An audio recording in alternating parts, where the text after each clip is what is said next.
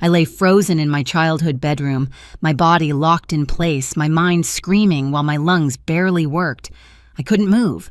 I couldn't scream. I could only listen.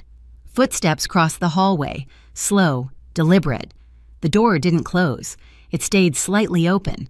From the darkness outside, my sister whispered, calm and steady, "Just make it look natural."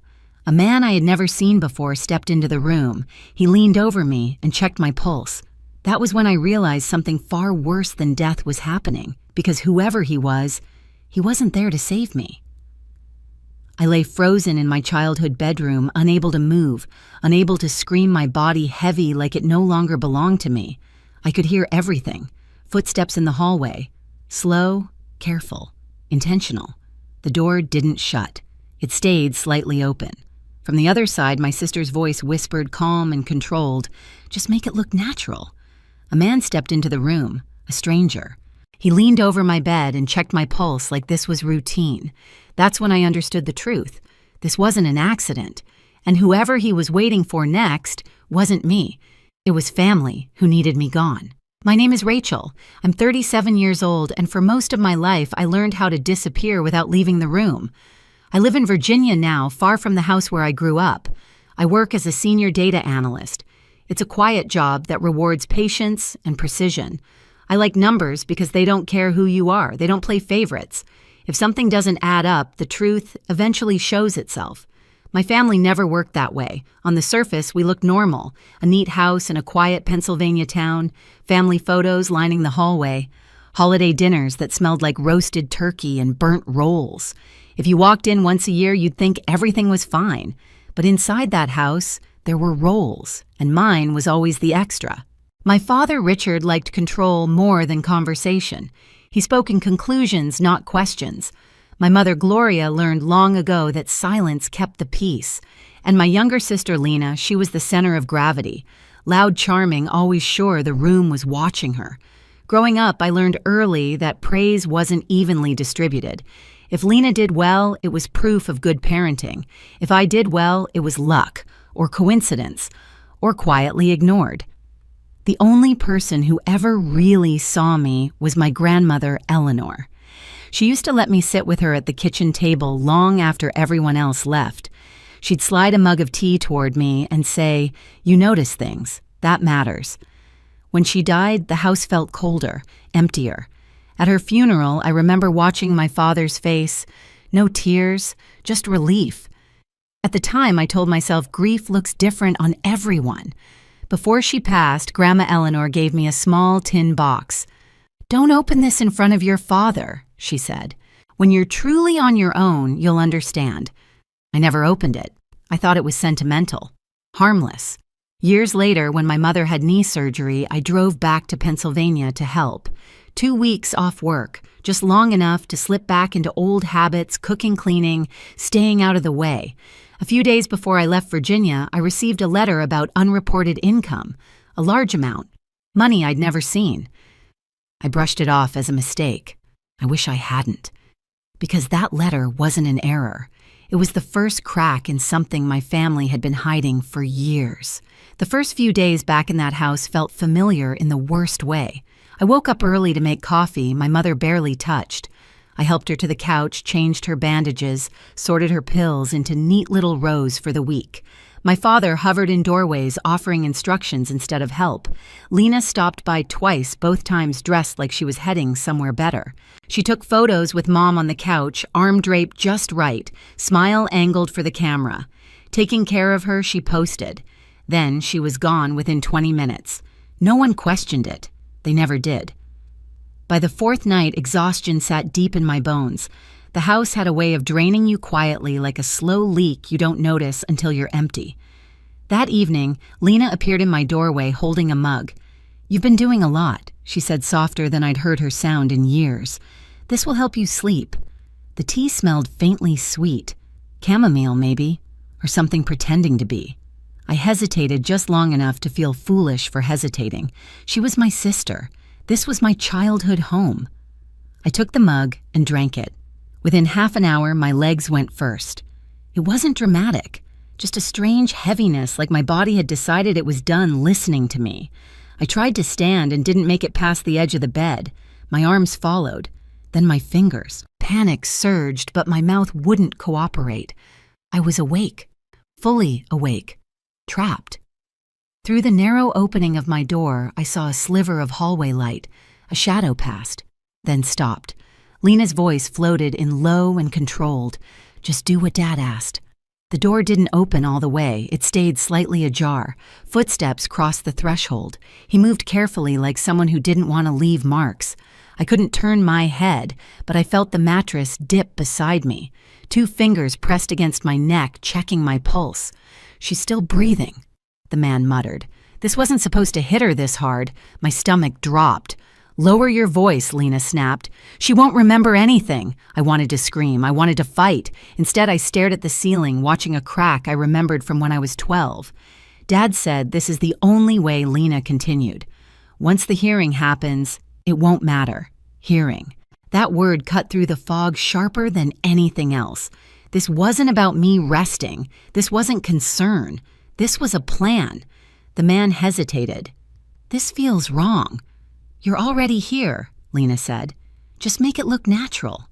They left the room. The door clicked softly shut, and in that silence, something inside me shifted. This wasn't sibling rivalry. This wasn't neglect. This was deliberate. My family wasn't trying to protect me. They were trying to erase me. And whatever that upcoming hearing was, I knew one thing with absolute clarity.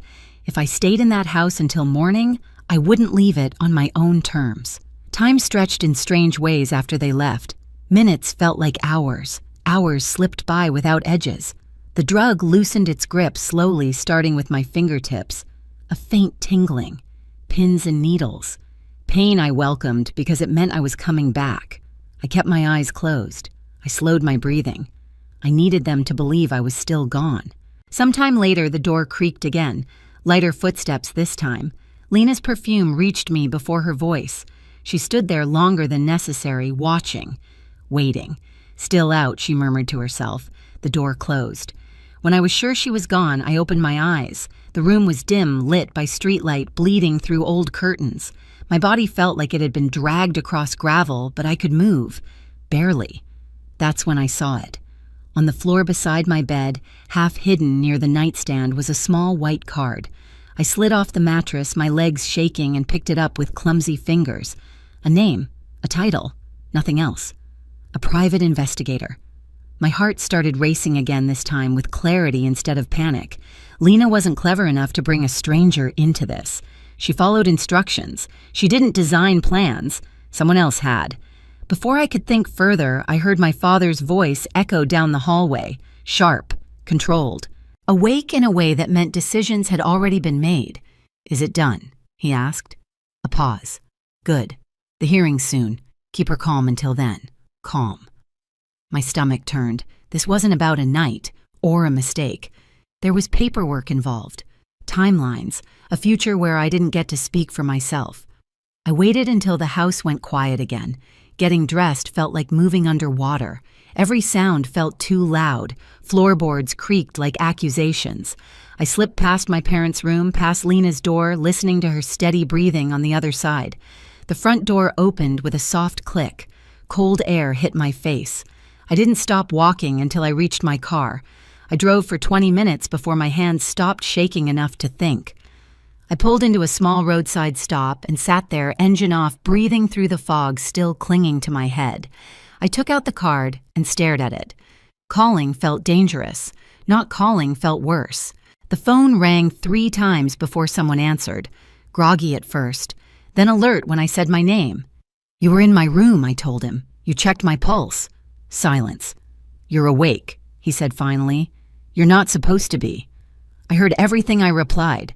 My sister, my father, the hearing. Another pause, heavier this time.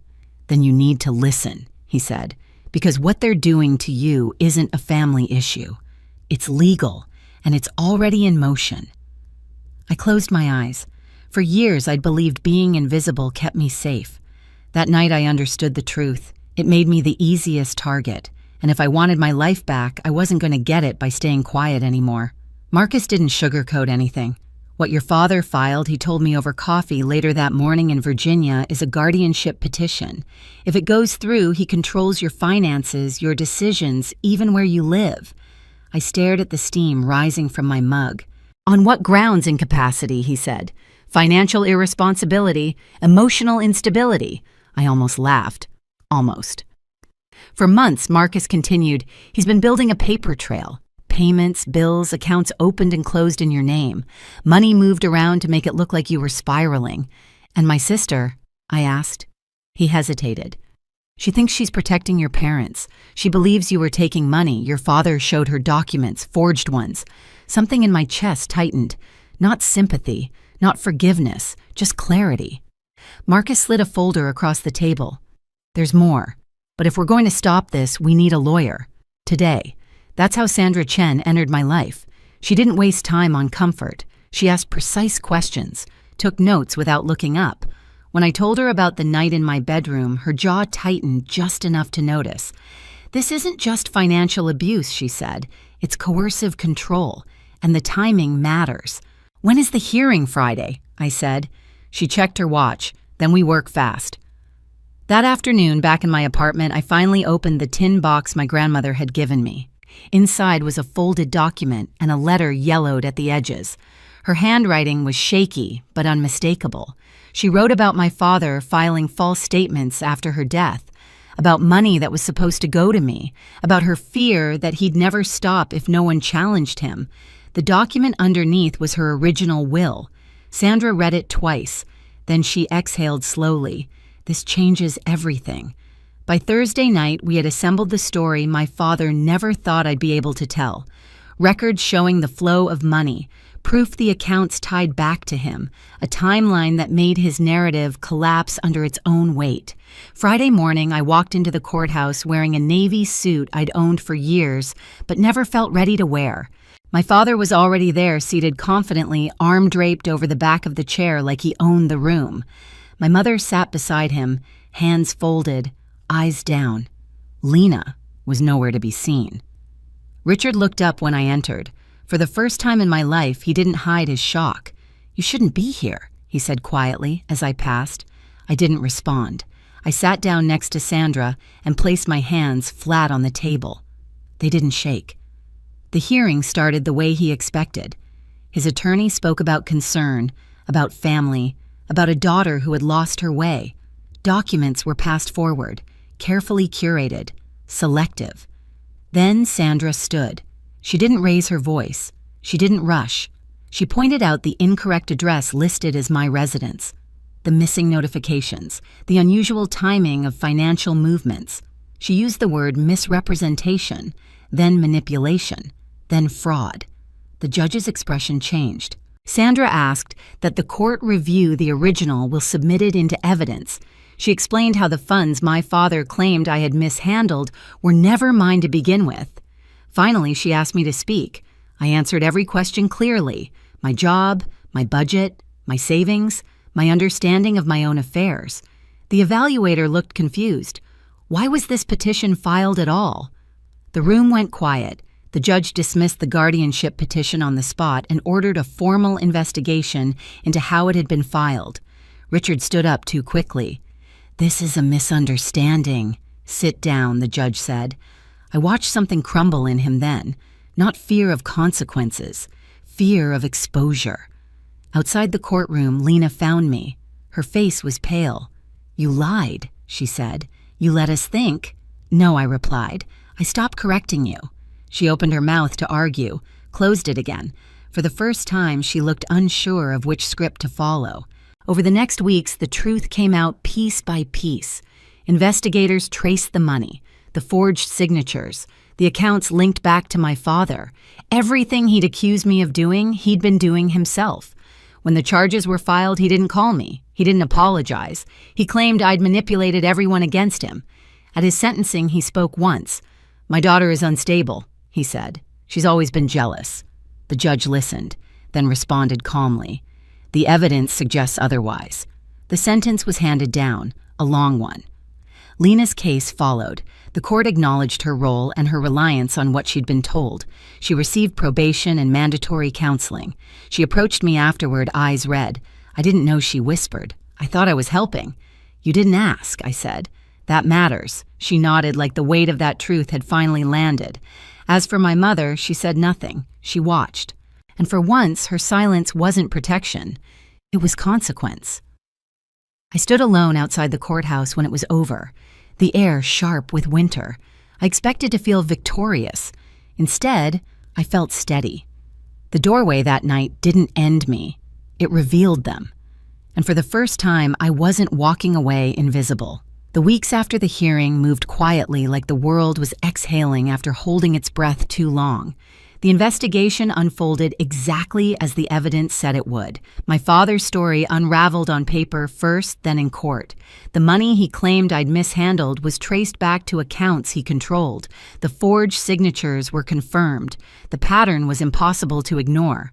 The sentence came down on a gray morning, long enough to make it clear this wasn't a misunderstanding or a family dispute. It was a crime. When they led him away, he never looked at me. Not once. I realized then he never really had. Lena's outcome was different. Probation.